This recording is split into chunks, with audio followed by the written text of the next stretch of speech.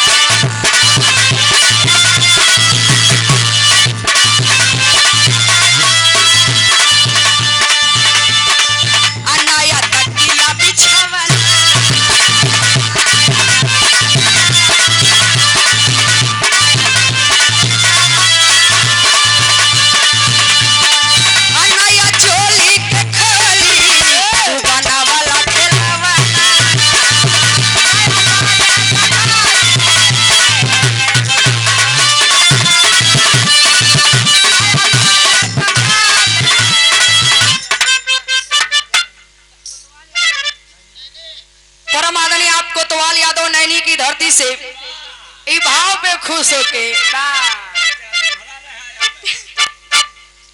500 रुपए का पुरस्कार भैया के बहुत बहुत प्रणाम सब लोगन का बहुत बहुत प्रणाम।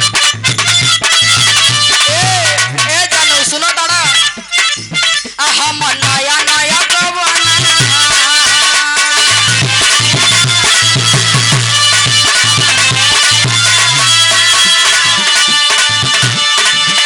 नया तकिया बिछवाना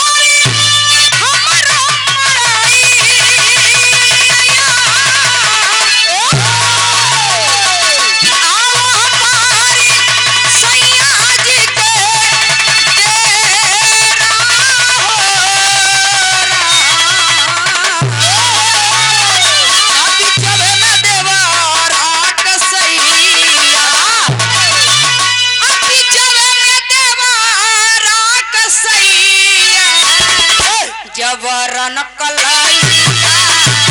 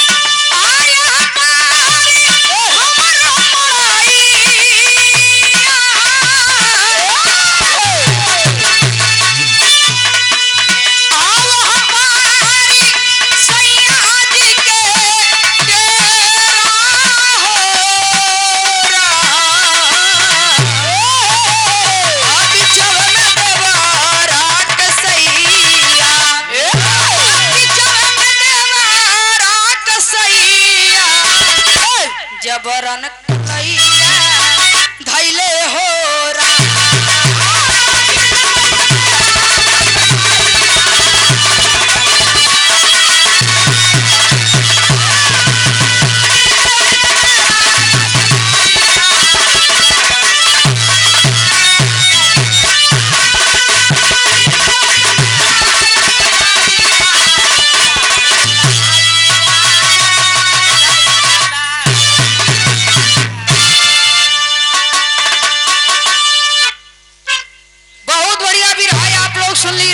से लंकापति रामो दशकंधर का बहिन सुपंखा विचार बनल कि हम जाइब अकेले जंगल में घूमे साथ में सारथी भी गई लेकिन सारथी के वापस कर दिली का करबो इनकर बहिन है ऐसे ही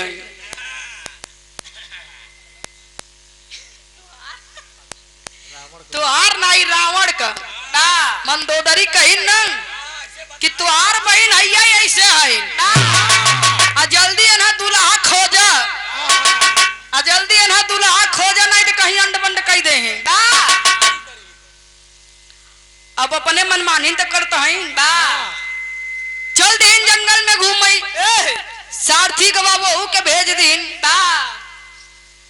और रास्ता में न जानी का होई गवा एक ठे बढ़िया सरोवर देखिन लगिन स्नान करे मौका पाई के स्नान करे लगिन गर्मी बड़ा बिजोड़ रहा सुपंखा लगली सरोवर में स्नान करे उधर से जंगल में शिकार करे खातिर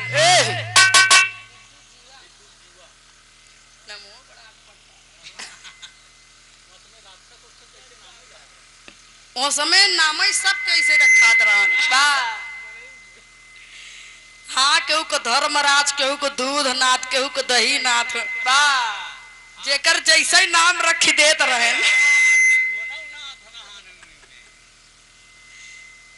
विद्युत जीवा राक्षत रहन मारे राक्षत हाँ चल दला जंगल में शिकार खेले नजर पड़ गई सरोवर में स्नान करत पंखा पे सुपंखा अपने असली रूप में जब आई जाए बाप रे देखी न करे लेकिन जब टहरे चले तो रूप बदल के सरोवर में स्नान करत रही सुंदर लड़की देख के विद्युत जीवा मोहित हो गई मोहित हो के गलत कर गई जब गलत कर गई गर्भ रही गया आइन धीरे धीरे कुछ महीना बीता मेहरारू पहले आज के जमाने में जब डॉक्टरी चेकअप करोगे तब पता चले पहले का जमाना ऐसा रहन का दादा मेहरारू का बातें छोड़ तो मरसेदू तक परख लेते रहे चाल चलन से मंदोदरी परख ले हाँ तब अल्ट्रासाउंड नहीं रहन केहू के ऑपरेशन से लड़का पैदा नहीं होता रहन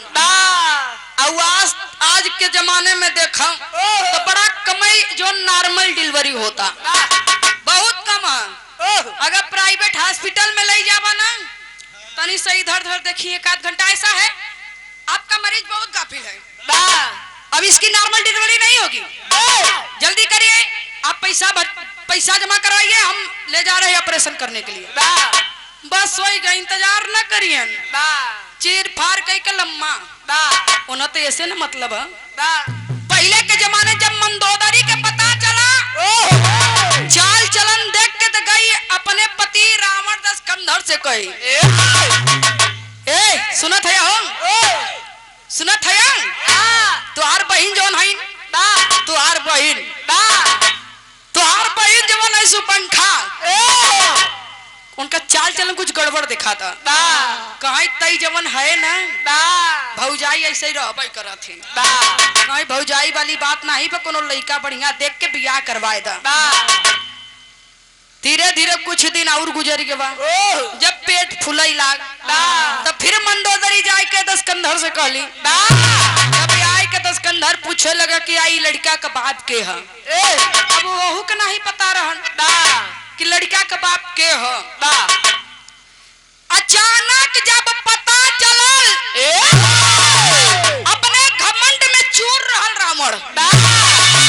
रावण के बहुत बड़ा घमंड रहल मिट्टी का शरीर है कोने चीज पे घमंड है लड़प्पन पे घमंड है कि जवानी पे घमंड है कि बुढ़ापा पे घमंड है कि रुपया पे धन पे घमंड है जब तक की दुनिया में हुआ खूब बनावत हुआ बढ़िया महल बनवाए ले बढ़िया अपने दुआरी पे खड़ंजा बिछवाए दे कोनो दिक्कत न हो जा भैंस बना नहीं नु खड़ंजा करवाए दे जब जाए लगबत का ले जा क्यों लेके जाई कहा गया है कि मुट्ठी बांधे आए जगत में हाथ पसारे जाओगे ना ही कुछ साथ लेकर आए ना ही कुछ साथ लेकर जाओगे यही से जब तरह की दुनिया में हुआ एक दूसरे से मेल मिलाप करके प्रेम व्यवहार से जाए के बाद लोग सराहना करे यार फलनवा आदमी बहुत बढ़िया आदमी रहा लोग कहेलन यार नरकई में जाबा नरक स्वर्ग में ज्यादा अंतर नहीं है। नरक जेके जाए के बाद लोग कहन यार सही भाई सार मर गए, जब तक दुनिया में रहल धरती का बोझ रहल वो नरक में चल गई। जेकरे जाए के बाद लोग कहे यार फलनमा आदमी बहुत बढ़िया आदमी रहल, एक दूसरे का सम्मान करत रहले, एक दूसरे के दुख सुख में साथ करत रहे, ओके समझ लो स्वर्ग हो गया। तो केवल यही बनावाई बा, आज तो अपने आप बन जाई कल संवारिए। तो उधर के बाद उधर छोड़ा, अब आवा इधर एक छोटा सा भी रहा जोने में आप लोगन के वीर रस हास रस सब रस मिल जाई। लेकिन तनी सब मन लगाए के लोग सुनिया, आई कहानी कहीं अंत का नहीं अपने प्रयागराज का। कुछ बजाए क्या मास्टर?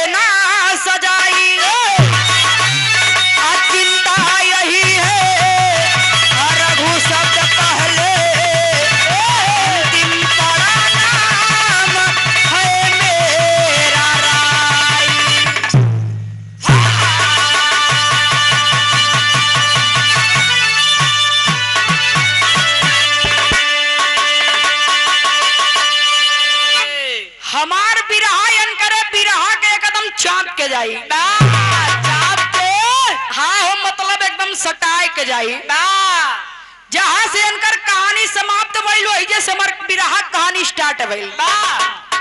उधर सुपंखा वादा कैली कि जैसे तू हमें राण कैला, जब तक लंका में रावण का ढेर न लगाई तब तक शांति से ना बैठे।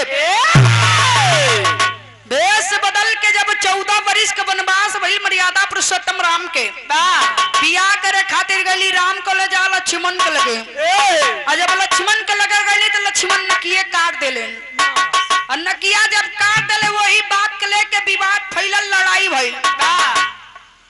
रावण पूरा सब लोग मराए गलन, रावण का ढेर लग गई। चल लास्ट में रावण, रावण के भी लंका पति रावण के मर्यादा पुरुषोत्तम राम वही लंका में ही मार दिलन। कौने दिन मरले? नवरात्रि के दशहरा के दिन। 9 दिन माई दुर्गा का पूजा कैलन, मर्यादा पुरुषोत्तम राम 10वें दिन, नवरात्रि के 10वें दिन रावण का 4 दिन लंकापति रावण का संहार भइल। वही दिन से नवरात्रि का दशहरा मनावल जाला। संहार करके जब मर्यादा पुरुषोत्तम राम आ गइलन अपने अयोध्या नगरी में, 2-4 दिन गुजरल, बढ़िया धूमधाम से राज तिलक भइल। कहल जाला कुछ तो मन से खुशी होला, कुछ ऊपर का खुशी होला। सब केहू मन से दुहाई देता तो केहू कहता चाहे जवन कुछ होखे, लेकिन मर्यादा पुरुषोत्तम राम इकुल में एकदम राई के समान न हुआ। राई यानी कि सरसों से भी छोटा नाम, चाहे जवन होखे लेकिन इकुल में एकदम राई के समान न हुआ। मर्यादा पुरुषोत्तम राम की बात खले लगल, गईलन अपने कुल के गुरु वशिष्ठ मुनि से को सवाल कैलन। यह सवाल कैले हवन, एक लाइन कवि जी कव्वाली के भाव लिखत हवन मास्टर, ई दुनिया को देखते हुए का लिखलन।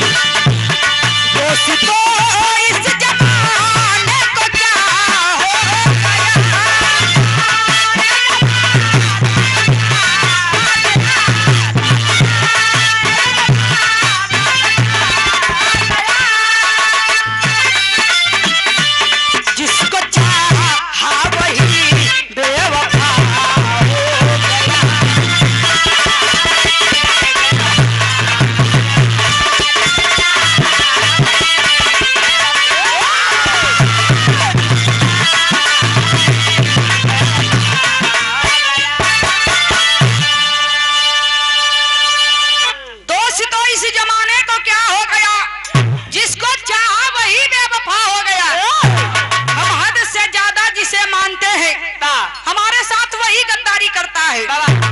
चाहे जो भी हो, चाहे जहां देख लीजिए, क्योंकि दुश्मनों से हम एनी टाइम तैनात रहते हैं, सतर्क रहते हैं, लेकिन जब भी धोखा कैलन तो संगे रहे वाला दोस्त धोखा कैले हो। हाँ, दोस्त दुश्मन बनेलन, कब हो तो लोग रुपया पे बिक जालन, का जाने का हो गई भाई जमाना के। लेकिन गुरुजी बतावत होवन, हंस के बोले गुरु जी श्री राम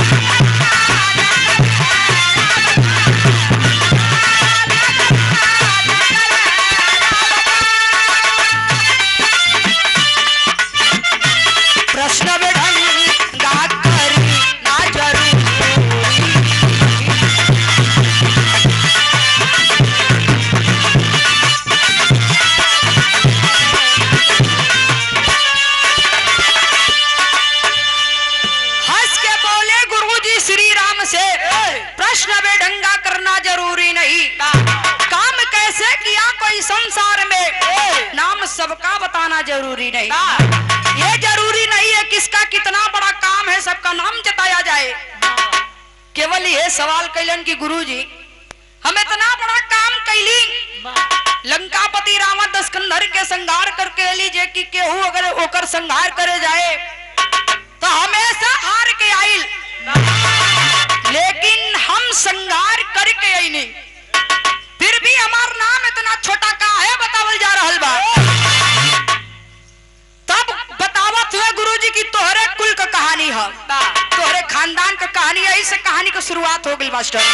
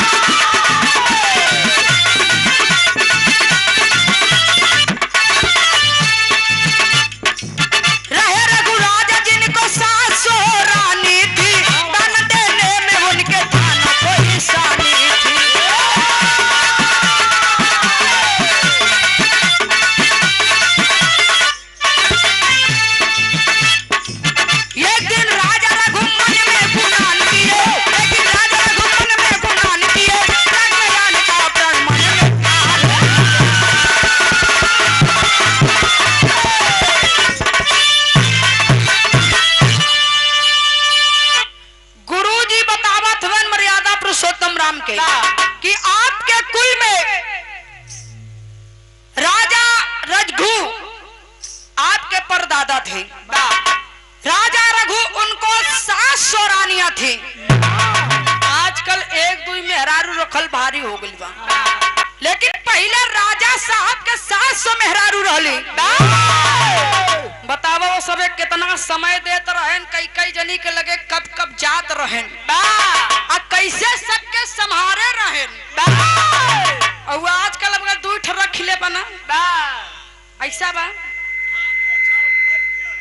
ऐसा हम कौन गलती कह दिया कि जो छुटकी के ज्यादा मानो था। हमारे पे ख्याल करा कर ओका बड़की मोबाइल दे दिया, हमके पिपेड वाली भी नहीं दे सकत है। बड़ा खींचा तानी रहा था। लेकिन राजा साहब का एक दिन विचार बनल, गईलन अपने धीरे धीरे सब मेहरारून के पास। सब मेहरारून के पास गईलन, जाए के कहे लगलन कि रानी देखा हमार विचार बनल कि हम संगम प्रयागराज की धरती पे चले स्नान करे खातिर। ऐसा करे कि तू सब रानी अपन विचार मेल कैला और अपन व्यवस्था करके तैयारी करा।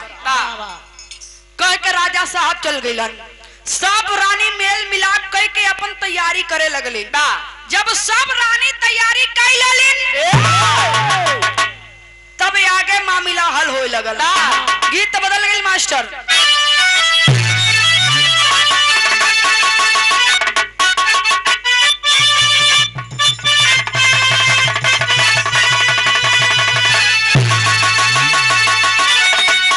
कोनो दुल्हन का दुल्हा परदेश, जैसे बताए ना जैसे खूंटा पे भैंस पे रही, जो ने दुल्हन का दुल्हा परदेश चला जाते इस समझ ल कि जैसे छाती पे सांप लौटा। उ दुल्हन कहे कि पिया परदेसिया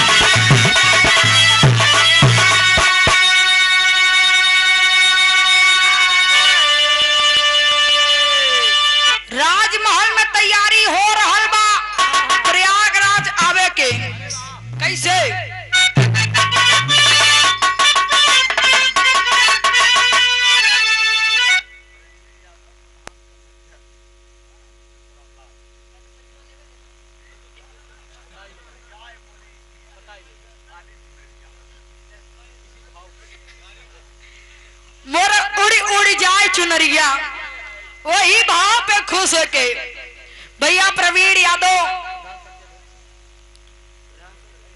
प्रधान संघ के अध्यक्ष जसरा ब्लॉक से आपकी तरफ से 500 रुपए का पुरस्कार।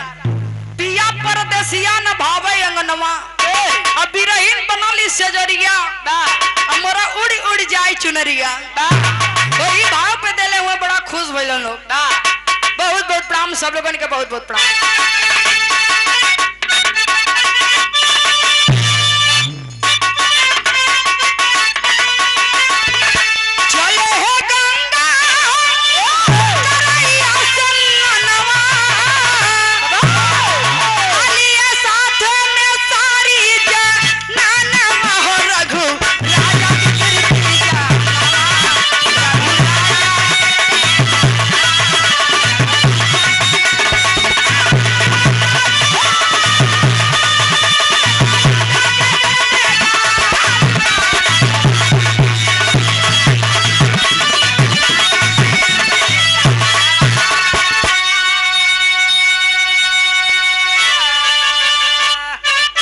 रानी दे रोज कंचन के तनामा चले है ने मवन करी बरहो महीना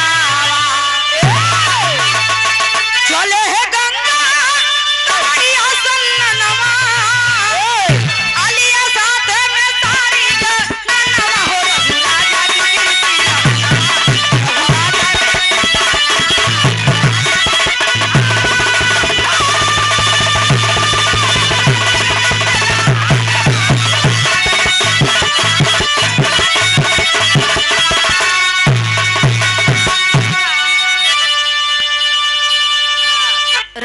साहब का एक रानी पर डे नियम से सोना दान करत रही। एक दूसरे के मेल मिलाप करके सब रानी तैयार हो गई। जब सब रानी तैयार हो गई तो बहरे निकल के कहे ए बहन तू तैयार हो गलू? बोली हाँ बहन हो गई। दूसरी के पास बहन तू तैयार हो गई। यही तरीके सब लोग तैयार हो गई। जब सब लोग तैयार हो गई तो कहली कि चला चलल जाए राजा साहब के बुलावे। चली मास्टर, लेकिन यहाँ गीत लगल बड़ा पुरान गीत है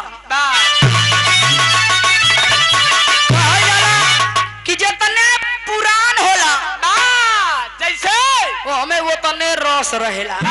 जैसे आजकल के गाना देखत हुआ गौले नैहर से जब ससुरा गईलू कई बजे दिया बुतैलू भतार संगे का कैलू। लंदन से लाएंगे रात भर डीजे बजाएंगे।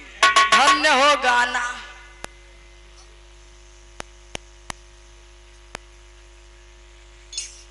अब और का बताऊं? ऐसन ऐसन गाना आ गई बा। एक ठे गाना रितेश जी के आयल कमर हिला के न चलू ये जान की यादव जी के चौकी टूट गए।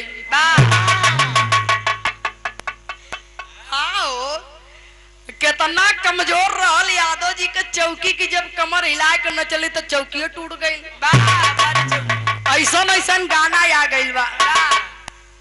लेकिन इधर पहले के माता बहन लोग जब जाए कहीं भी काम धंधा करे तो आपस में मनोरंजन खातिर कुछ न कुछ गावे बजावे। तब पहले के आजी लोग गौलिन का गौलिन मास्टर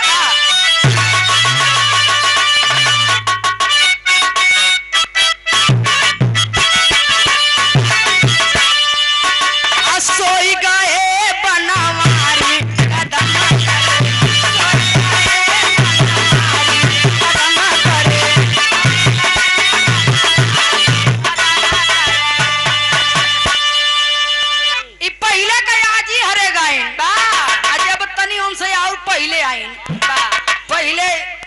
पहले के जमाना में बियाह जब होत रहा तो कोरा में लई के बियाह करवाई फेरी करवाई दे कोरा में लई के। दुल्हन बड़ी बा दुल्हा छोट बा तब दुल्हन गावे कि सैया मिले लड़ी कन्या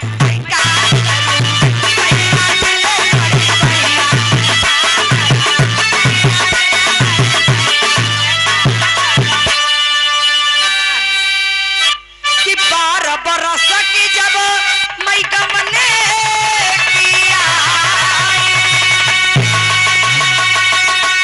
ओ सखी गवन की आई सखी जब मई गवने किया सैया उड़ावे कनी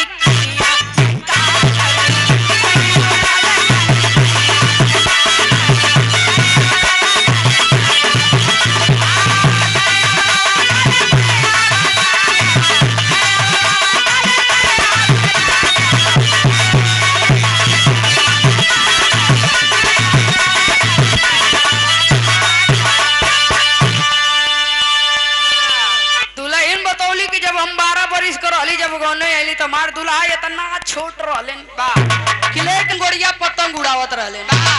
पहले का गाना रहल आज भी गाय दो तब हमें चमक आई जात बा।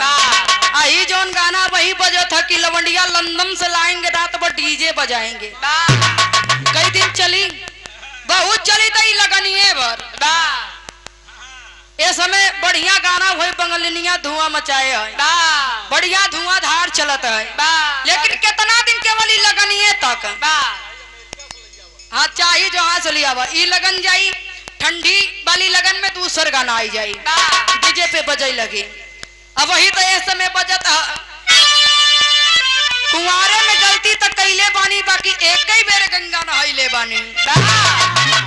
धन्य हो गाना एकदम समझ ला कि सारी इज्जत का तो धज्जी बिगाड़ देते हैं। ऐसा भोजपुरी फिल्म है भोजपुरी गाना है कि पूरा परिवार संगे बैठ के नहीं देख सकता। चला आओ मास्टर रानी राजा के जाए के बुलात है ये राजा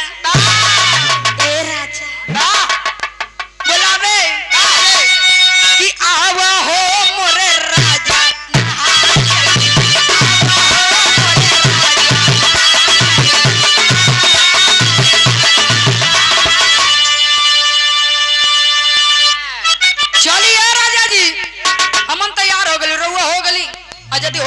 चला चल जाए कि गंगा में चली के साथ डुबकी लगाऊ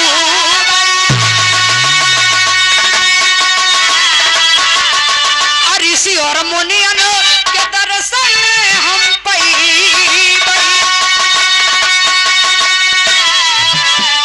तब बाजे खुशियों का बाजा नहार चली बाजे खुशियों का बाजा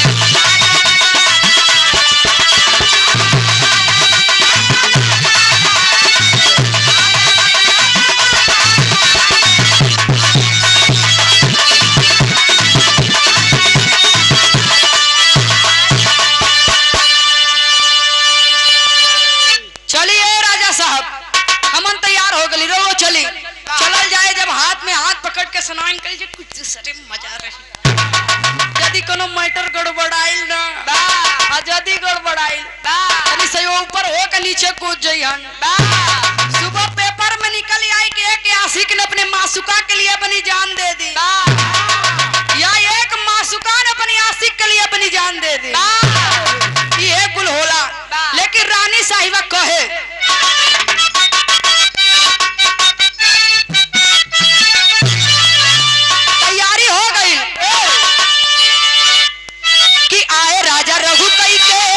सारी तैयार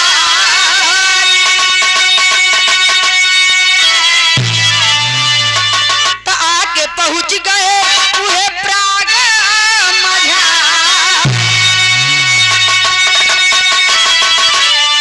तब पंडा खुशियों में नाचा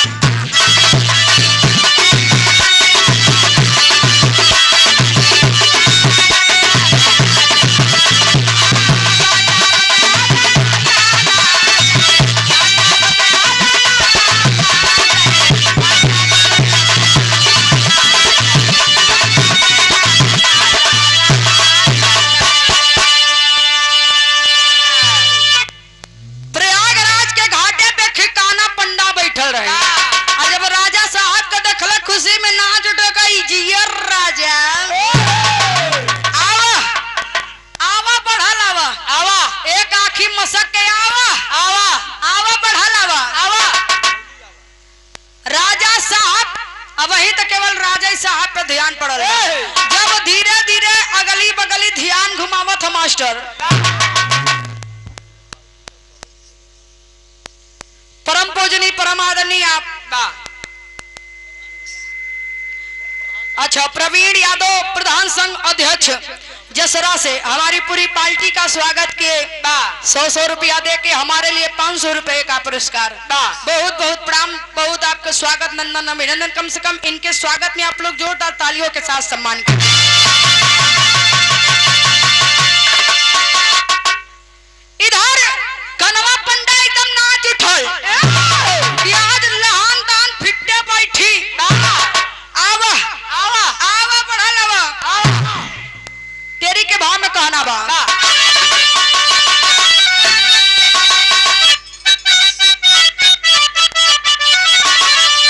खुशियों का बाजा धाम में बजी खुशियों का बाजा धाम में बजी पंडा कहे भाग्य में उदय आई गे राजा हो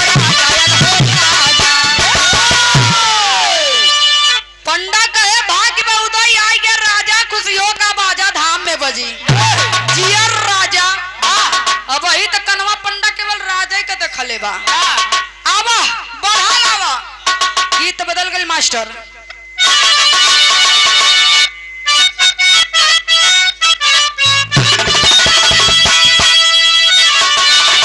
किसी आशिक ने अपनी मासूका को देखकर कहा है अब पायल की झनकार रस्ते रस्ते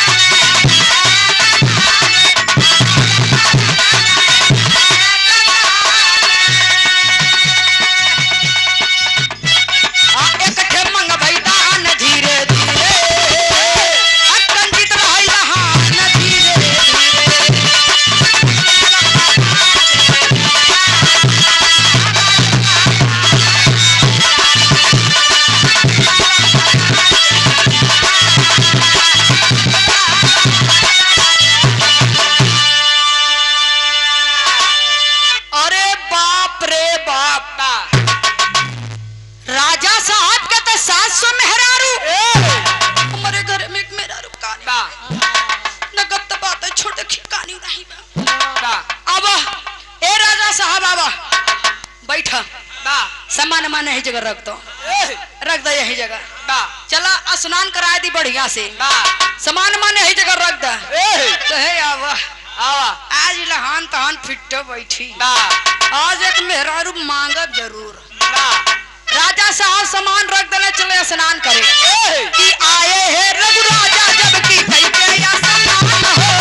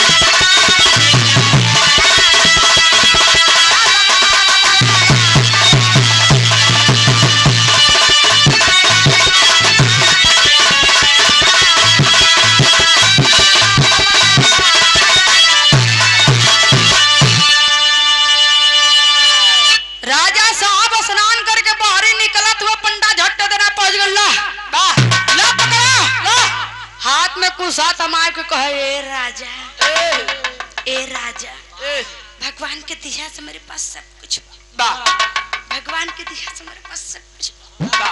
वही एक मेहरारू ही नहीं बा। कहे आजा से जजमानी में और कुछ न चाहिए, ऐसा कर अपन एक मेहरारू मैदान में दे दो। राजा साहब बोला ये मस्त ले ला, मेहरारू खातिर परेशान होगा, कैसे मेहरारू खातिर परेशान होगा, ले ला एक मेहरारू।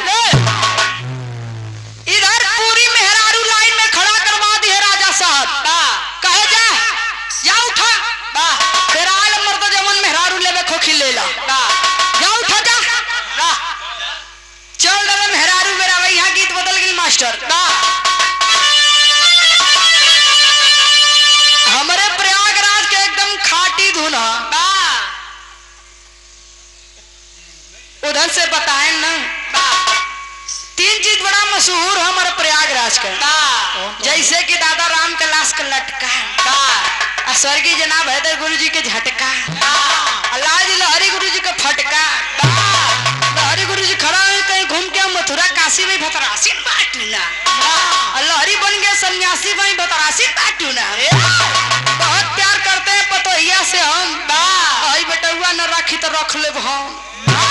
यह लहरी गुरु जी का फटका। लेकिन आओ मास्टर पे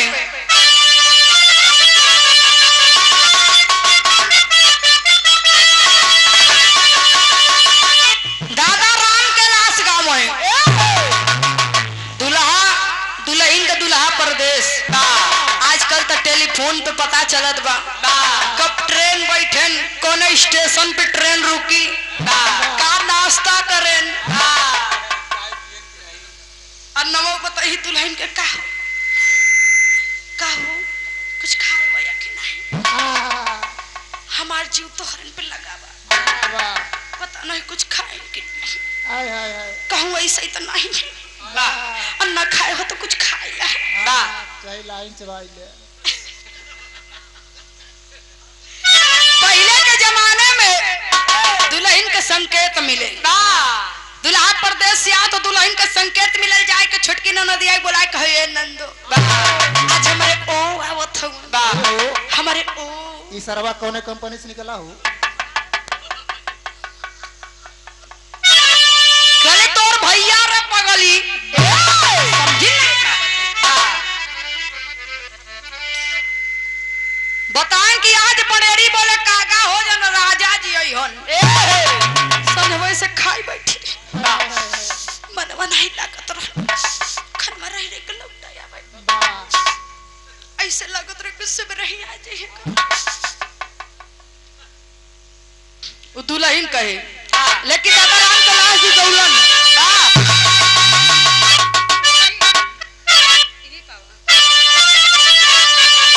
अपलमा परदेसिया वो मोरा राजा परदेसिया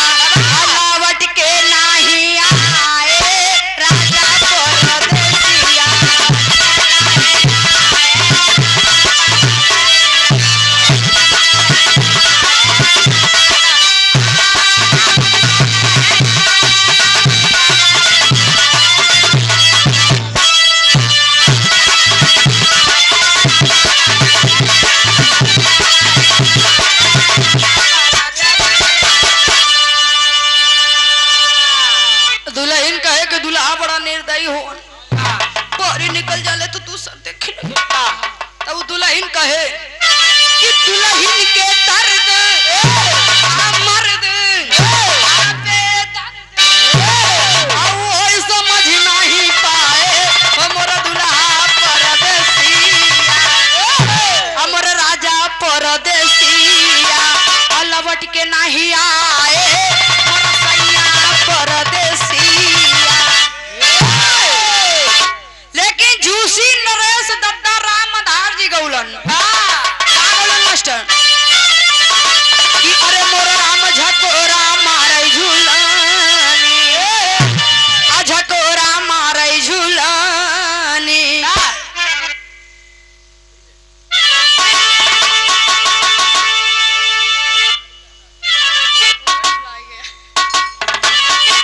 झकोरा मारे झूलनी ऊ है साड़ी लहराई झकोरा मारे झूलनी।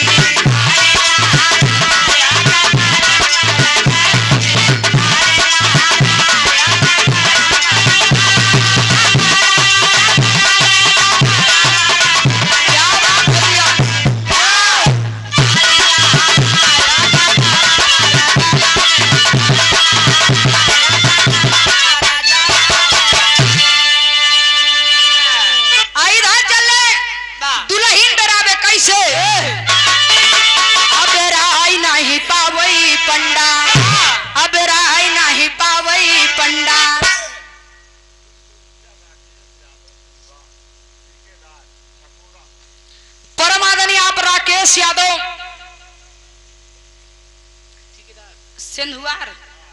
सिंधुआर की धरती से ठेकेदार साहब 200 रुपए का पुरस्कार झकोरा मारे झूलनी पे। बहुत बहुत प्रणाम सब लोगन के बहुत बहुत प्रणाम। अब राय नहीं पावई पंडा अब राय नहीं पावई पंडा होई गावा हैरान हो बेराय नहीं पावई।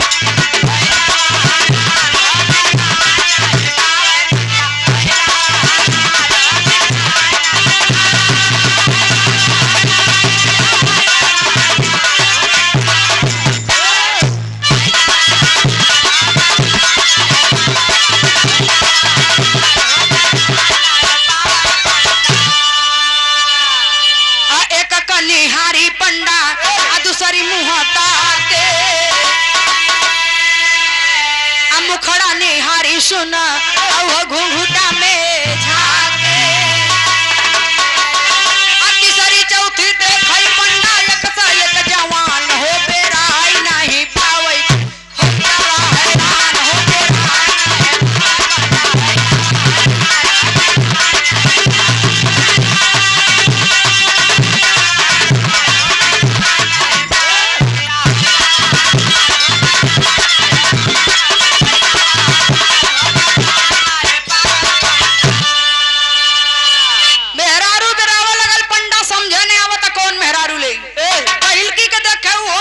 सरकी के देखत वहू से ज्यादा नीक। धीरे धीरे लाइन आगे बढ़े लागल मेहरारू देखे लगे सब मेहरारू एक से बढ़ के एक। तपारी पारा देखा पंडा सारी जनना तो कहे गुस्सा थामा जल्दी फिर से रजना तो कहे रघु दई द सारी नारियन के दान हो बेराई नहीं पावई हैरान हो बेराई।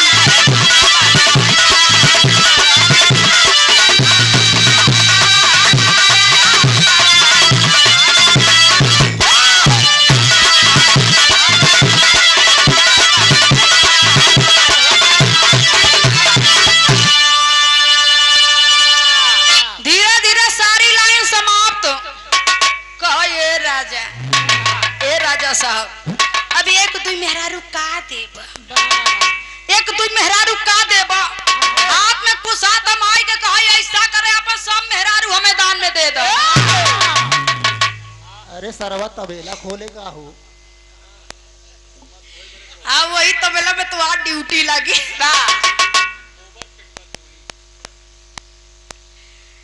सब मेहरारू का दान में दे दो।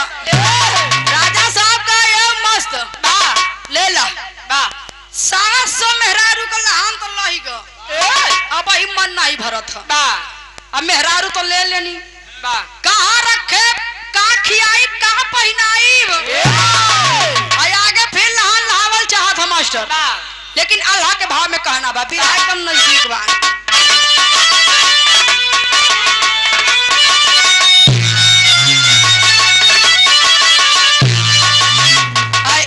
मस्त कही के रघुजी अधिहल कुल जननमा भैया,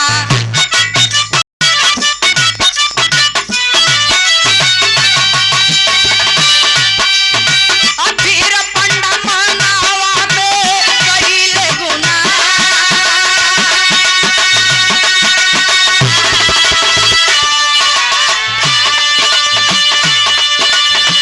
कहाँ से खियौबै इनके और पहिनौबै भैया,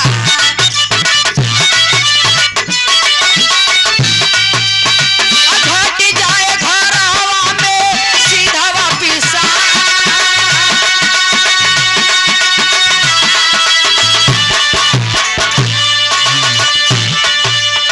अब वही कनवा पंडा का बुद्धि खुलल है।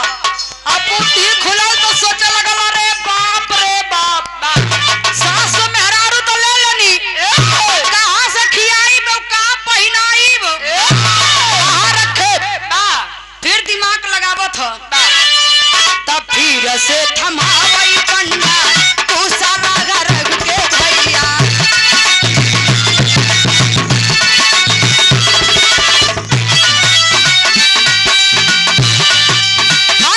लागे राज अपन हमके कही देता,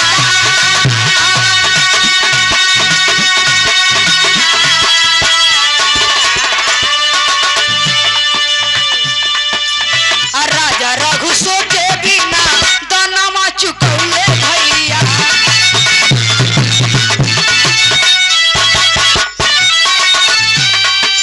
और राजा अपन पंडा के कही दिए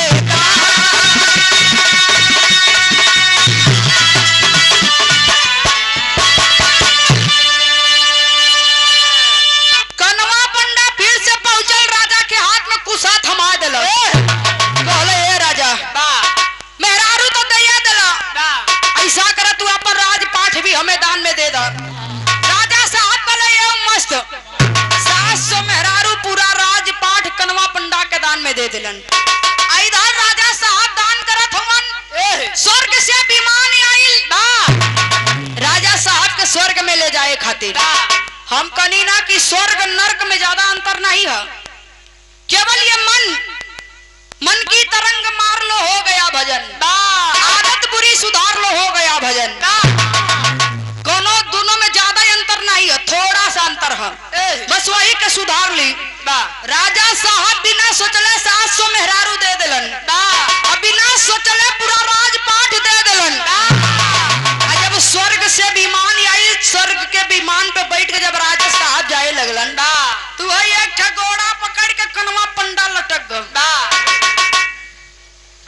वो विमान के एक घोड़ा पकड़ के कनवा पंडा लटक गया, राजा के पता ही नहीं, पहुंच गया स्वर्ग में। और जब स्वर्ग में पहुंच गया तो जितना राजा साहब यहाँ दान कैलन, उतना स्वर्ग में सोने का रानी, सोने का राजमहल राजा साहब के मिलल। कनवा पंडा पहुंचल कले ए राजा, यही जो आई बानी, ए राजा साहब ला वही कुसवा तो ले बानी हम, हाथ में कुसा थमा के कहे ए राजा जितना सोने का मेहरारू जितना राजमहल मिलल बा हमें दान में दे दा। राजा साहब वही जो दान में दे दिला, लेकिन ई बात मर्यादा पुरुषोत्तम राम के बतावत हुन कुल गुरु वशिष्ठ मुनि, तुम्हारे कुल के राजा थे, इतना बड़ा दान दिए, जो बताए जाते हैं तुम्हारे कुल में ही राजा हरिश्चंद्र पैदा हुए, इतने बड़े राजा हो के अपना पूरा राजपाठ एक ब्राह्मण को दान में दे दिए, अपनी पूरी जिंदगी एक मरघट घाट पे कर मांगते हुए बिता दिए। तुम्हारे कुल के राजा थे, लेकिन तुम क्या किए हो,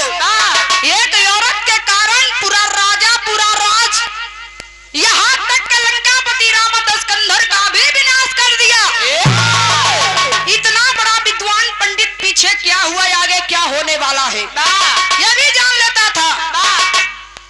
तुम इतने बड़े राजा जात का पंडित का एक मेहरारू के कारण नाश कर दिला, यही से ई कुल में तू एकदम राई के सामान न हुआ। आखिरी प्रमाण में कह रहा बा,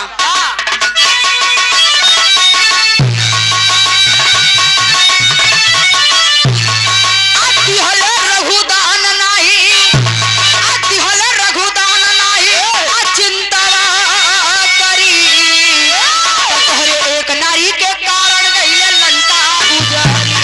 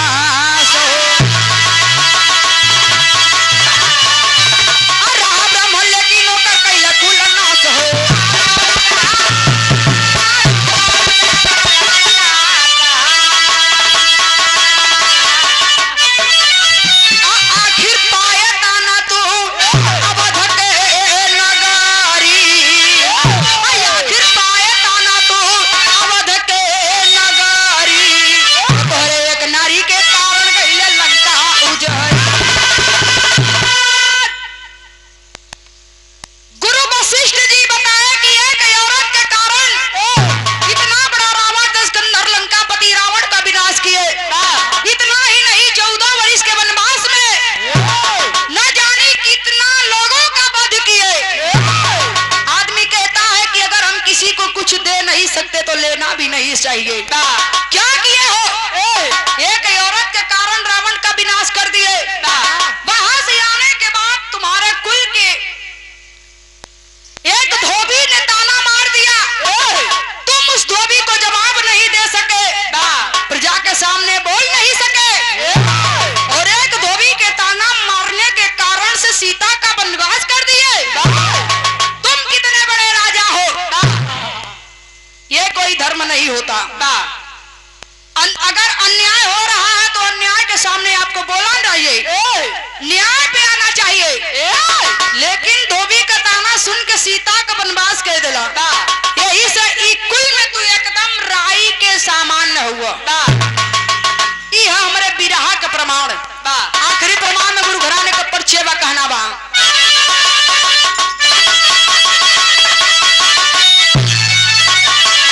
गुरु बिहारी गुरुपतु अक्षय वर की अमर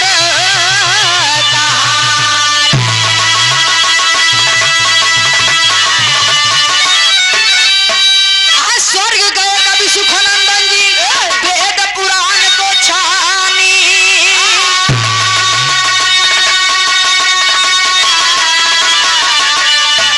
खुशियों का बाजा धाम में बजी, खुशियों का बाजा धाम में बजी, तब प्रीति